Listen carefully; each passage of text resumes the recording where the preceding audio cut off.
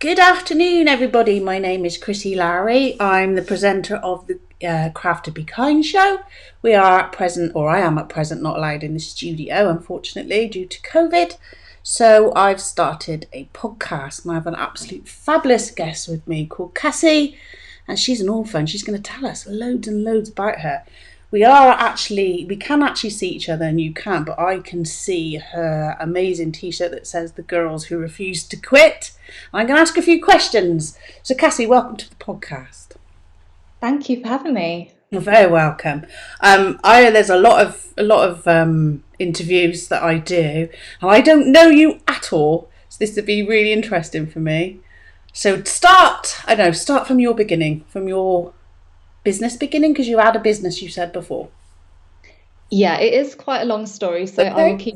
I'll keep it as short as I can. So I do quite often get asked, did I always want to be an author?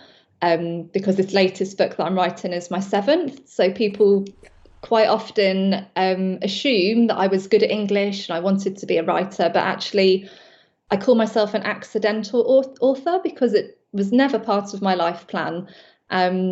None of my life went to plan in my personal life. None of my life went to plan in my career. And I ended up having a intuitive coaching session with a lady who suggested that I wrote down what had happened in my life so far and that everything would become apparent. I laughed at her. I thought this was a silly idea. Like, why would I want to write down my crazy life? It was bad enough in my head. So why would I want to write it down? But anyway, I started writing, and the words that I wrote that evening became the first chapter of my first book called The Girl Who Refused to Quit. Which is what's on your t-shirt. That's how it all began, yes. So how long ago was that then, Cassie? I published that first book six years ago. Wow, you don't look very old to me. Again, people can't see you. So 6 years ago, that's a long time, and this is your third book now. No, seventh, sorry. Third book of Refuse to Quit. Oh, yeah, sorry. Yeah. Third book of collaborations, yes. Collaboration. Yes. So what was your first ever book then? So the first book was called The Girl Who Refused to Quit, just me on my own, my journey. Totally your story. Yeah. And people can find that on Amazon, I take it. They can, yes. Yeah. I think we should, what did you used to do before you was an author? Do you want to guess? No, I don't know. I like people asking people that question because I get all sorts. I quite often get a teacher, an accountant, someone said a policewoman. Which I have no idea. My last employed job was as a cleaner. Right. Okay. Yeah. Prior to that, I was a mortgage advisor. Okay. So tell me what I think what my audience is really fascinated by, because it's my journey too. I used to be a psychiatric nurse specialist in mental health, and I got really sick, and I made my son, who was diagnosed with autism, I made him a bed, and that started me off in my journey. It was accidental, like you said. So what happened to get you from your jobs to your own business? So cleaning your own business. Was cleaning your own business? No, I was a cleaner at a hotel. And when I turned up for that job, I didn't think I was good enough for the cleaner. And I nearly didn't go in for the job interview because my self-esteem and confidence was at an all-time low. But I ended up getting the job, spoiler alert. And I worked there for 5 years as the cleaner. I was then made redundant and worked with network marketing for a couple of years. Oh yeah. So that was really good to get my confidence back on track and discovering personal development. And that was the point where I had the coaching call with the intuitive coach. Mm-hmm. Because at that point I'd ended my marriage and me and my children had lost our house. And from the outside looking in, my life didn't look too bad, but on the inside I was a bit like a swan, kind of gliding along, but underneath really, really struggling. I just felt like I was losing direction. So that's when she advised me to write down my story. She told me everything would become apparent. And 3 months after that, I set up my business with nothing more than a Facebook page, a lot of determination and a lot of hope. That was how I did mine. That's exactly how mine. I don't even remember setting mine up. There you go. And then, so that was book. You'd done one book by that time. That was your story. It's very cathartic, isn't it? I loved writing mine. It all came out. Yeah, absolutely. I had no idea I was writing a book. So she didn't say write a book, she just Oh, said write your story. So at that point, if she had just said to me, write down your story, you're going to become an author of 7 books, you're going to write books for other people, you're going to have your own publishing company, like I would have hung up the phone and just thought, she's got me muddled up with someone else. Like I thought it was ridiculous enough that she was suggesting that I should set a business up. So thankfully I didn't know I was writing a book, but I just kept on writing and people were just really interested in my story. And everyone just kept saying, you should write a book, you should write a book. And I was like, oh, well, I'm kind of writing this thing that might possibly one day. I just had no confidence in myself and my story. But I ended up getting some business funding and I said to them, if you give me this grant, I will publish this book and I will use it as a business tool to speak at more events and to help more people. And I got that funding and published the first book. that's amazing. That's so good. When I was a nurse, and we're talking 15 odd years ago now, a lot of people said to me, you need to write a book. And I what? I'm never going to write a book. But it happens. I think you're guiding into it. It's a bit woo-woo, but I think what happens for a reason. I love a bit of woo, so we're all good. And so what happened next? Tell us what happened next.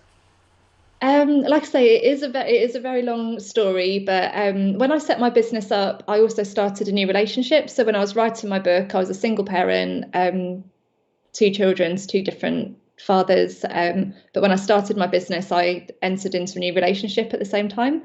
But fast forward 3 years, when I then set up my business, published my book, that relationship ended very suddenly. And me and my children found ourselves in a position where we temporarily didn't have anywhere to live. We were faced with a lot of challenges. But I ended up going to see a counsellor at this point because a lot of people thought I was going to have a breakdown because of the stress, but I thought I was coping fairly well.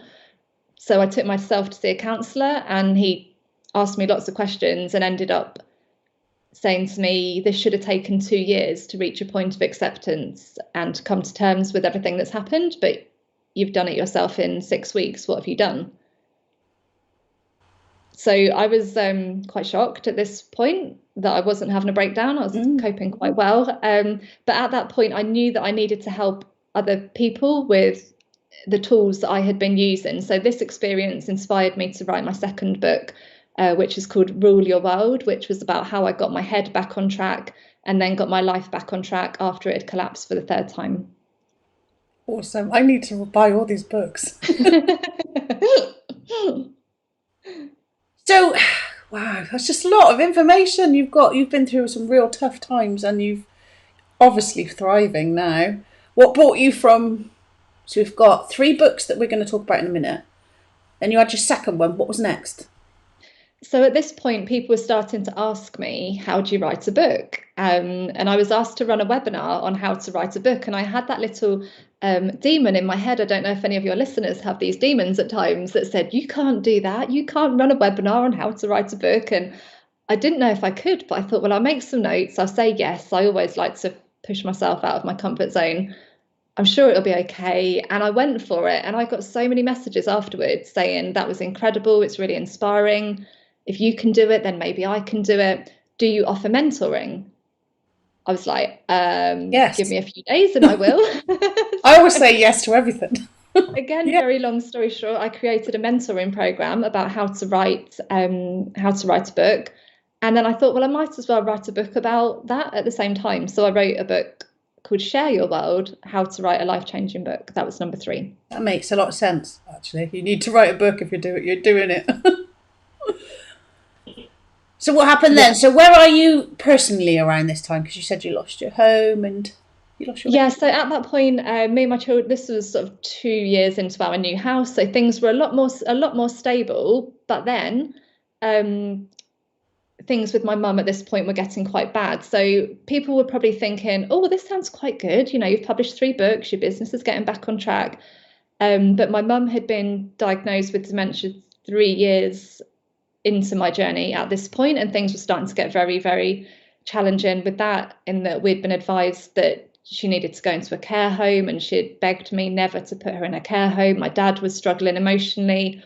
I was struggling with the transition of having a mum that who knew who I was, to slowly forgetting who me and my children were. A very capable, vibrant woman that had been full of energy was starting to fade away into a very anxious, stressed, scared woman that barely recognized me. It was a really hard transition. So whilst this was going on, I had a knowing that I needed to write about this journey, and I knew it was going to be really hard to write about it. But literally 2 weeks after publishing my third book, I started writing my fourth book because I knew I had to do it quickly. It was going to be too hard to wait. So I wrote, I've lost my mum. I think it was 24 days it took me to write the first draft, because I just committed to writing for at least an hour a day before I even opened up social media or looked at any emails. So I just dedicated that time. And that book was published 2 years ago. So that's I've lost my mum. My mum has Alzheimer's. She went into a home just before Christmas. Her husband died 2 days before Christmas of COVID. It was her birthday. So I know where you're coming from. She's had it for quite a few years now. And it could be very heartbreaking. It's a lot to deal with. Yeah, I think I didn't even know that there was a term called living grief. I didn't know that was what I was experiencing. Yeah. But I now know that I was experiencing living grief. I was grieving for my mum whilst she was still alive, which is extremely challenging because there's no end for a long, long time. They sadly call dementia the long goodbye, and it took me to breaking point many times. And as I've shared, I have been through several challenges in my life. I consider myself to be quite emotionally resilient, but that was the hardest thing that I've ever had to deal with. Yeah, we go to see my mum in a pod because of COVID.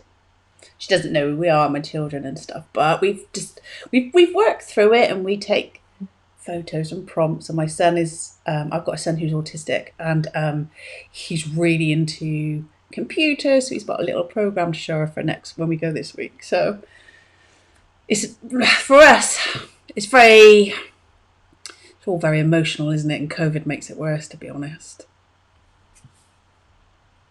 Yeah, it's incredibly hard. And my mum passed away a few days before Christmas, so she is no longer with us.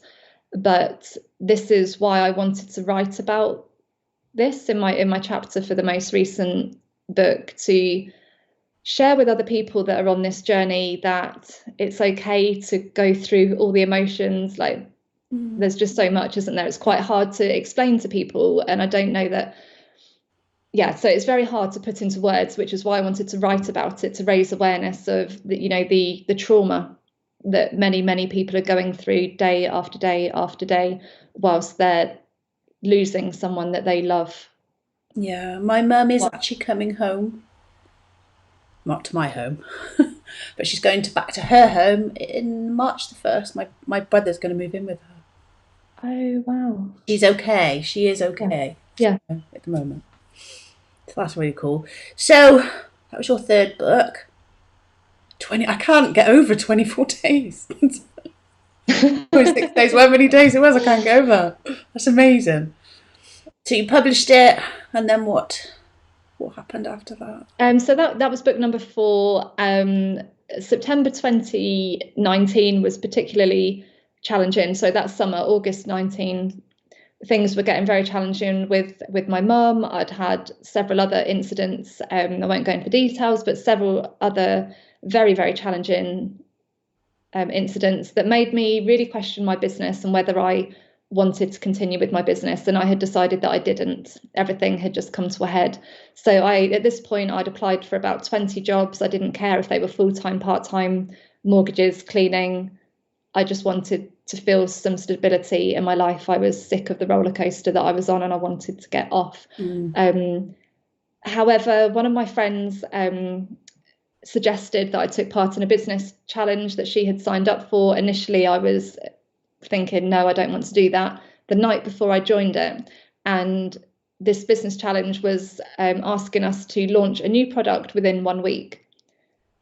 And I would just thought to myself, well, I'm just going to be open. I'm just going to, because I can be quite stubborn or determined, I like to say, but I just thought, let's just be open and see what happens. And I sort of sat with it that evening and thought, okay, like, if I am going to continue, what am I going to do? What's the right thing to do? And the words, I heard the words in my ear that said, the girls who refused to quit. It is brilliant. And I had a shiver of energy that rushed through me. And then something in my heart like flickered, and it was like, maybe this is it. Maybe I can work with other women and help them to publish their stories. Because my original book had been The Girl Who Refused to Quit. But when The Girls Who Refused to Quit came to me, it was just like that excitement came back of working with other authors. And one of the biggest challenges that authors have, that I call them heart-led authors, because they're not ego-led, they're led from their heart. So the biggest challenge that they have is the fear and the visibility of sharing their story. And I just had this vision of being stood on a stage almost, with like just holding hands with all of these other women and doing it together and bringing our stories to the world as a team. So I reached out to several women that had been connected to me and just said, look, I'm publishing a book. This is what it's called. Do you want to come in? And everyone was like, yes, yes, yes, yes, yes.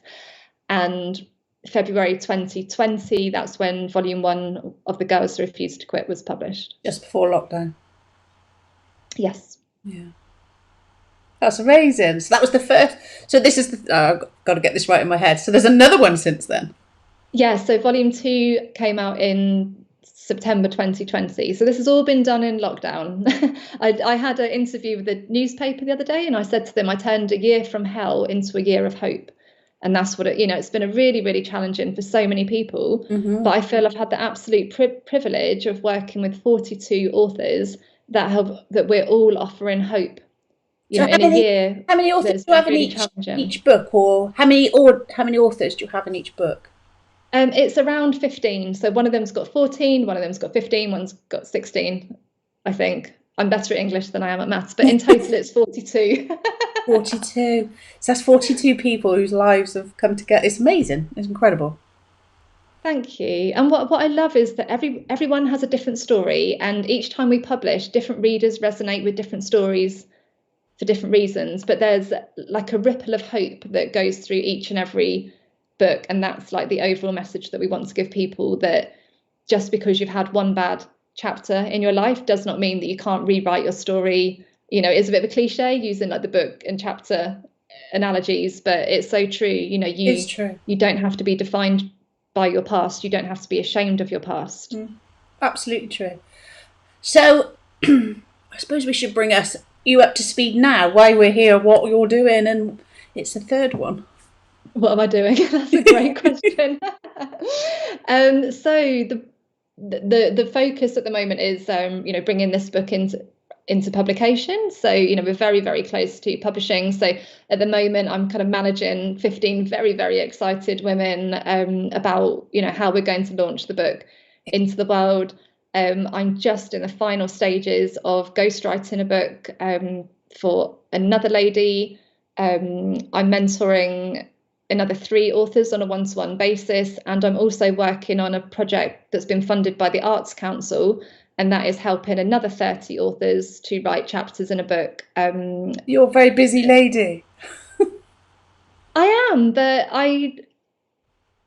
this is normal for me. Like I'm always doing something, and I really appreciate in a year when so many people have had businesses that have sadly struggled. I feel extremely grateful that I can work from home, extremely grateful that the majority of my work is online, extremely grateful that I can work around my children. So I'm pretty exhausted at the moment, I'll be honest. I've been working 6 days a week for the last 3 weeks. I'm working evenings, but I've blocked some time off in a few weeks, and I will be making sure that I rest and recharge and get ready for I'm not good at that. I am really bad at that. I work every day. I'm single parent of 5. I work all the time, and I need to learn a bit of self-care. I know I mentor, and I teach people to you need to take time out. Never do it myself. It's not easy, is it? But I believe that we need to put ourselves at the top of that pyramid, if you like, and then if we replenish ourselves, then that will ripple down to our children and anyone else that needs us. And I've come close to, breaking down several times, and it's been really hard. But I think, well, if my children still need me, I need to be here for them. So I do try and take time out, but at the moment it is just go, go, go. But I love it. I really love what I do. You can tell. Again, people can't see your face, but you're lighting up. You absolutely love what you do. Tell us about the book. Now, this podcast will be released the day that you release your book, publish the book, launch the book. Is that the right word? Yeah, all three. Yeah. So, yeah, you're allowed to tell us stuff because people will hear it on the right day. Tell us a bit about that book. Yeah, so the Girls Who Refuse to Quit, we are all real life women sharing real life stories. So there's there's 15 of us in total, each writing about a time in our life that was particularly challenging and how we overcame that challenge. At the end of each chapter, we all write a message back to our younger self, which is very, very therapeutic because you actually have to be nice to yourself, which it's not always easy. But a lot of the advanced reviews that we've had come in, people have really loved these messages because they can resonate with those messages. And it's the kind of book, I know some people say to me, I love reading, but I don't have time to read. But what I love with this is that it's like 15 mini stories. So you don't have to read it all in one go. But we have had people say that they can't put it down. So be warned. So, have you had a chapter in each one? Yes, I have. I like to be in it because I think I'm like you. It's all about energy, and I like to put my energy into that book so that vision of us stood there holding hands. Like, yes, I am publishing the book. Yes, I am mentoring the authors, but I'm still in it. I still have that visibility scary thing that goes, oh my God, I write in a very, very vulnerable way. I write in a very emotional way. So I still have all that as well, but I'm with the girls. I understand what they're going through because I'm in it. And is your story different in each one then? It has to be, doesn't it? Yeah. So I won't give away too much, but it's mainly been on the focus of my mum and the journey that I've been on with her and how that's impacted other areas in my life. But if someone was to read all of them, like, they would know my journey from literally from start to finish. It's right up until the end of December. That's where my story ends at the moment.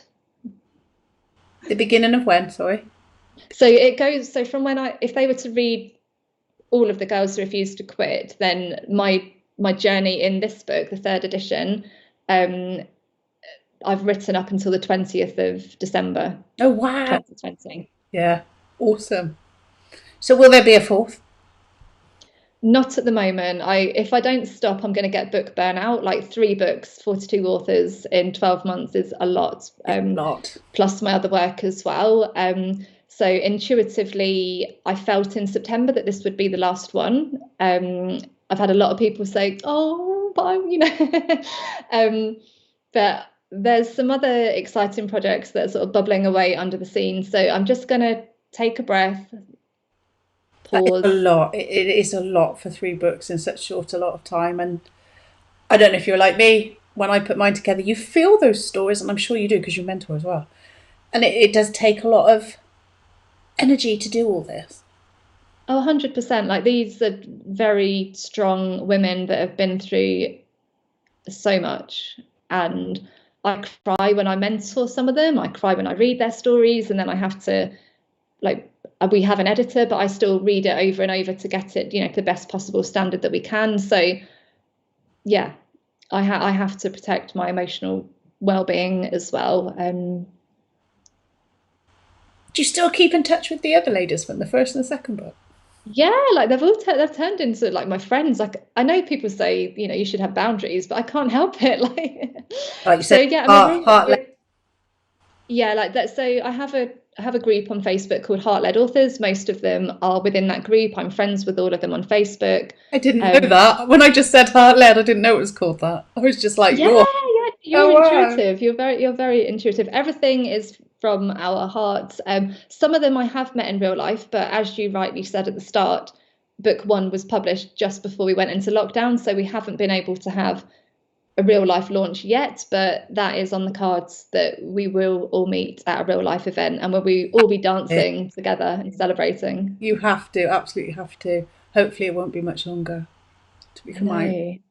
It will be very exciting. So we have Zoom parties now where we dance on Zoom, and on Friday we're having an online Zoom party where we'll be having a dance and celebrating together. That's brilliant, because the last year has been horrific, really, hasn't it? To allow people to dance is awesome. Yeah, so we hope we just want our book to give other people hope. And, you know, if we can put some positivity out into the world at the minute, I think that's what it needs. Totally agree. Absolutely agree. And so, as this will be Thursday, that's right, isn't it? This Thursday, what's actually going to happen so people can hear this? What's actually going to happen? Where can they find it? What can they do to be joining in? Tell us where they can find your business. Thank you. So there'll be, all 15 of us will be sharing a lot on social media. So you will see a lot of purple books like the I can show. Yeah, please do. On the call. Here's one I wrote earlier. So, obviously you can't see this as a podcast, but I can see it looks really good. So that we're hoping to turn social media purple this week. So if anyone like resonates with the post, we would love you to like, love, comment, share. You know, join in and support the other girls, because, you know, understandably, a lot of the girls are feeling quite apprehensive. You know, they're bearing their soul in this book, and we would just ask, you know, just if you can do anything just to show your support on the posts and to cheer the women on, then that would be amazing. The book is available from Amazon. It's available on Kindle and on paperback.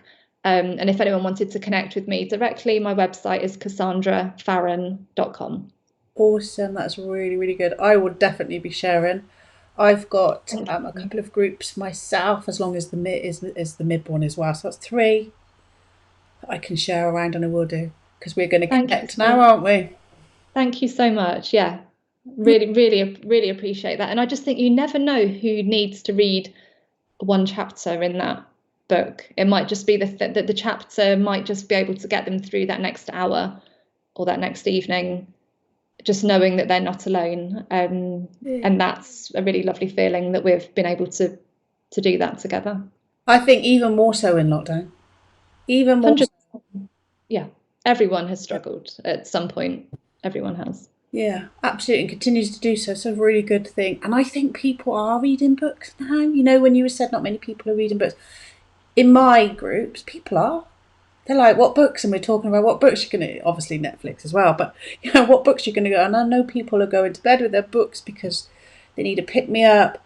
They are busy all day with either their businesses or their home education, which is really difficult, isn't it? Oh, my word, it's hard. Absolutely. Well, Chrissy, after the call, send me your address and I'll send you a signed copy for your own. You can have a copy. But oh, thank you very much. And then I'll do a little review. Wow, that'd be awesome. So I'd love to do that for you. No, I'm really looking forward to that. I feel very chuffed now. Very spoiled. Is there anything else you'd like to finish off with? I know we are going to have, and I don't know all your ladies' names as yet, but it will. This is going to be a series of podcasts. How many is in this one?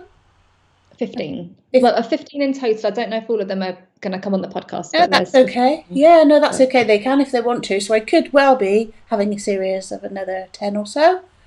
And that will be, I will let everybody know when that is. And I will share it everywhere, and I'll give you the podcast as well. They can all share their own.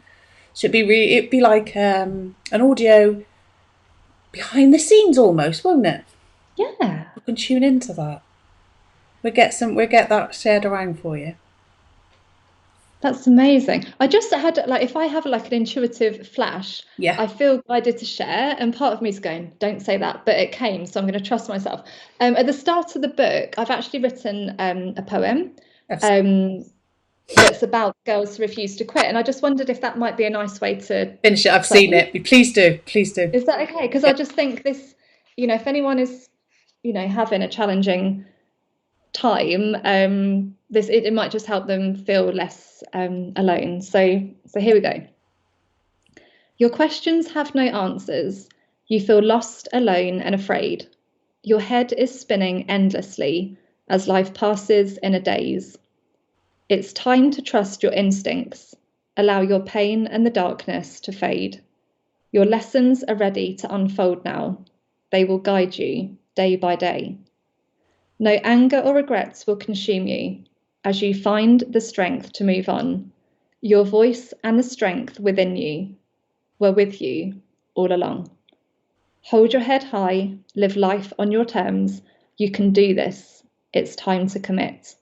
Know that you're worthy. Take one step at a time.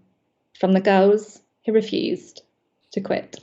I did read that before. That's amazing. That does give me goosebumps. It's lovely. It's really good. Thank you ever so much for coming on, Cassie. Cassie, who is the author of 7 books. This is volume 3 of The Girls Who Refused to Quit, launching today because that's when you will hear it. This has been pre-recorded. I'm Chrissy Lowry from the Craft to Be Kind show, and we will see you next week. Thank you.